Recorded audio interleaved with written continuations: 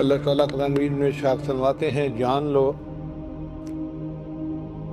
कि जो अल्लाह के औलिया हैं उन पर ना कोई खौफ होता है ना कोई हुज़्न होता है। खौफ कहते हैं बाहर के डर को और हुज़्न कहते हैं अंदर के गम को। तो जो औलिया अल्लाह के हैं, ना कोई बाहर का डर ना कोई अंदर का गम। ये लोग कौन होते हैं? अल्लज़ीना आमनू व कानू यत्तक़ून, जो लोग ईमान लाए और उन्होंने तक़वा को इख्तियार किया। यानी ईमान लाने के बाद एक शर्त रखी कि जो मुत्तकी बन जाता है वो अल्लाह का वली बन जाता है। अब ये तक़वा क्या चीज़ है?